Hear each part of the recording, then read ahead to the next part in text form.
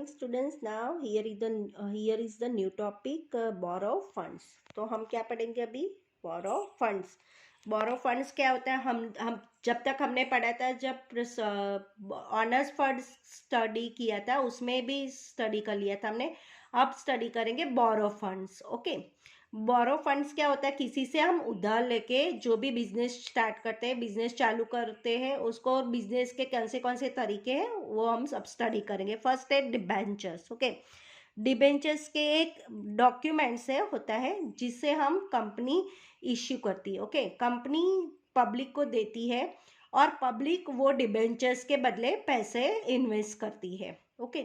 Clear हुआ? Debentures भी एक रिटर्न डॉक्यूमेंट है जो कंपनी इश्यू करती है पब्लिक को, और पब्लिक उसके बदले में पैसे इन्वेस्ट करती कंपनी के अंदर. ओके.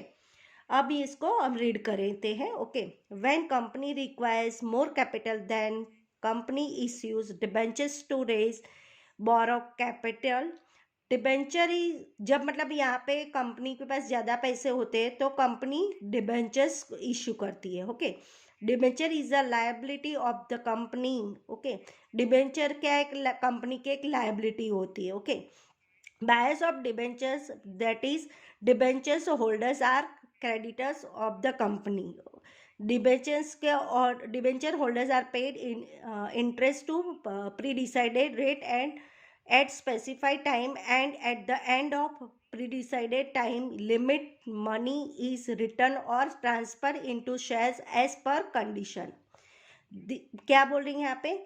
यहाँ तक जो भी जिनके पास डिबेंचर्स होता है उनको बोलते हैं debentures holder. Okay. Debentures holder को कंपनी के क्रेडिटर्स, और क्रेडिटर्स भी बोलते हैं.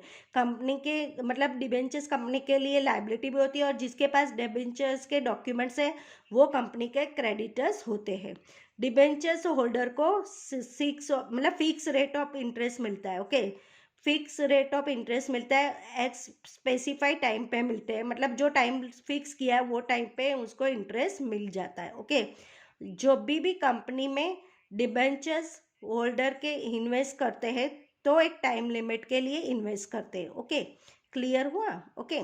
जब भी डिबेंचर्स होल्डर पैसे इन्वेस्ट करते हैं तो एक टाइम लिमिट के लिए इन्वेस्ट करते हैं. वो टाइम ख़त्म होने के बाद कंपनी या तो पैसे रिटर्न कर देती है डिबेंचर्स होल्डर को, या तो फिर वो डिबेंचर को कन्वर्ट कर देगी शेयर्स में. ओके. जो भी डिसाइड होगा वो दोनों के बीच में वो वैसा होगा.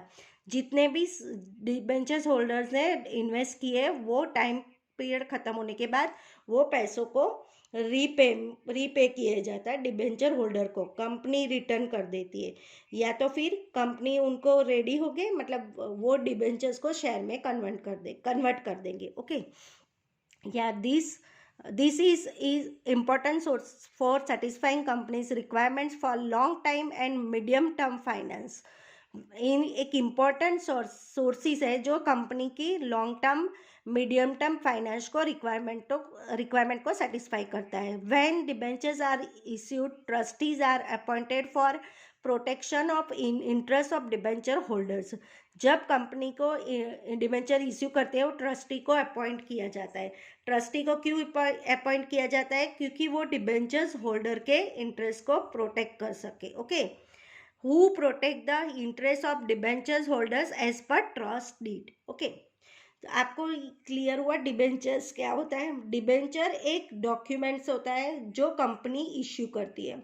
कंपनी देती है पब्लिक को, जिसके जगह पे पब्लिक क्या करती है, कंपनी क्या करती है, इन्वेस्ट करती है.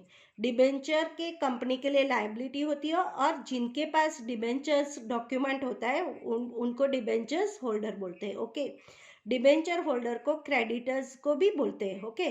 डिबेंचर पे फिक्स रेट पे करती है कंपनी, और स्पेसिफाइड टाइम पे करती है, और जितने टाइम के लिए पब्लिक ने इन्वेस्ट किए उसको कंपनी को रिटर्न पैसे कर देती है, या फिर उसको शेयर में कन्वर्ट कर देती है. ओके. क्लियर हुआ? अगर कुछ नहीं समझ में आता तो you will ask me. Okay. उसके बाद नेक्स्ट है कैरेक्टरिस्टिक. ओके. फर्स्ट है creditors of company. As debenture is as a डेब्ट of company, debentures holders are creditors of the company. Okay, हमने मीनिंग में नहीं, मीनिंग में लायबिलिटी होती है, डिबेंचर्स होल्डर को क्रेडिटर्स बोल तो कंपनी के, मतलब फिक्स रेट ऑफ इंटरेस्ट, मतलब डिबेंचर्स होल्डर को फिक्स रेट ऑफ इंटरेस्ट मिलता है। ओके, फिक्स परसेंटेज डिसाइड कर देती है कंपनी डिबेंचर्स होल्डर, वही fix of interest debenture holder को मिलता है, एक एक टाइम पे मिलता है, और जो टाइम डिसाइड किया है वो टाइम पे मिलता है। कंपनी प्रॉफिट करे, कंपनी लॉस करे, वो कंपनी को फिक्स इंटरेस्ट पे करना ही होता है। ओके, थर्ड है चार्ज, बॉन्ड और asset. For protection of money of debentures holders, company create a charge as security on its assets in favor of debenture holders, means company can use these assets. Okay, यहाँ पे क्या बोल रहे हैं, debenture holder के पैसे protect करने के लिए कंपनी क्या करती है, असेट्स को मॉर्गेज रख देती है, गिरवी रख देती है। ओके, उससे क्या होता है, असेट्स पे बर्डन आता है। ओके, फोर्थ है necessity, it is a useful tool to satisfy the needs of long term and medium term finance. Debenture से long term, medium term finance की जो नीड होती है सेटिस्फाई हो जाती है डिबेंचर से।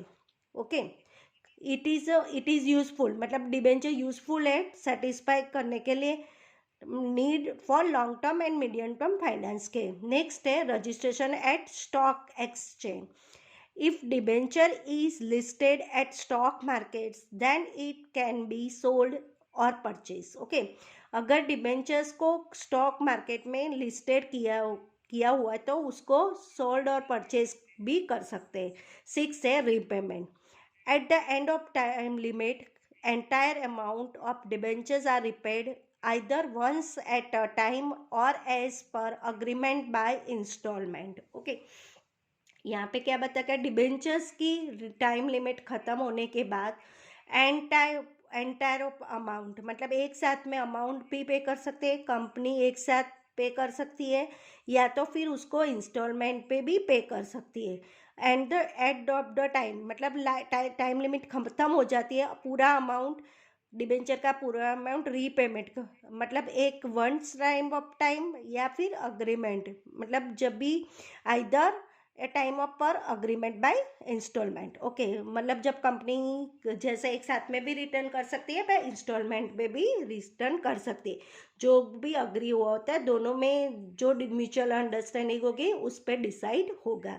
7th है फर्स्ट प्रेफरेंस और for payment. Okay, as the debentures are debts of company, so मतलब at the time of liquidation along with third party debts the money of debentures are paid, मतलब third party के साथ तो debentures holder को भी पे किया जाता है, मतलब ये कैरेक्टरिस्टिक पड़ी।